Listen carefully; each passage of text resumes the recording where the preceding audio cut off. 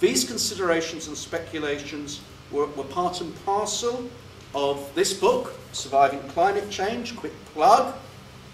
Now we feel it's important to review the picture more broadly, the geopolitical and energy issues to be sure, but also the human, physical, psychic and epidemiological effects as societies and communities repeatedly, both here and in the UK and in the wider world, have to weather conditions which will undermine not only their sense of the normal, but possibly their political or indeed religious faith in a given predictable order and future to the world. I'd like to say here that the purpose of these workshops is to try and open up the debate as widely as possible. And each of these sessions today and in subsequent workshops is designed to try and provide as much input from our audience as possible. Similarly, just as we encourage policymakers and academics to participate and engage with what we're doing, we actually do invite independent researchers and those otherwise who might feel at the margins or perhaps marginalised to get involved in this debate, which otherwise perhaps is in danger of becoming monopolised by limited self-selecting circles. This comment will probably not endear us to those who might be some of the people who might want to support us. There is, after all, a fundamental issue which is to do with business as usual. This is a 7-workshop series. It's very ambitious. It requires resource, not least person resource, which to date has been single-handedly carried by Marianne McKigan here, our project coordinator, to which, of course, my personal thanks. I won't go into the background of funding except to say 3 things. A, where we might have had funding, and I'm thinking here not so much of the charitable organisations who are forgiven, but elsewhere we have not.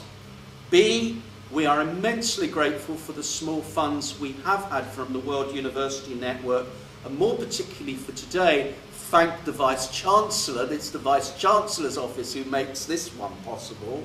And C, this is the important point, we are currently seeking funding, charitable or personal, large or small, to make this run over its projected 2-year time frame. Perhaps this and the following workshops in Oxford and Norwich, Rob Johnson is here, Richard Maguire, who's doing the Norwich one, is unable to be with us, will be indicators of whether you, our constituency, feel there is purpose to this exercise. But if you think the answer is affirmative and can suggest directions we might take funding-wise, I very much personally, would desperately like to hear from you. However, let's return to the immediate purpose. The subsequent workshops are designed to get us into the local and global nooks and crannies of our subject. The aim of this one today is to ask some leading macro questions. How bad exactly is the climate situation? Where are we heading on that score? And if so, how are political and technocratic leaderships of polities and societies thinking their way through what will be an enduring emergency? Hence, today, not only are we very lucky to have Paul Rogers on security, but also David Webb, to offer some initial thoughts on implications of geoengineering, but also in betwixt Patrick Holden and Aubrey Mayer with some critical commentary on economic and world food policy mantras. One question in my mind might be this: are top-down approaches from embedded business as usual positions going to be routes to the avoidance or diminution of violence in an age of acute climate change, or simply exacerbants? And if the latter is the case, what might be alternative routes? Where are they going to come from?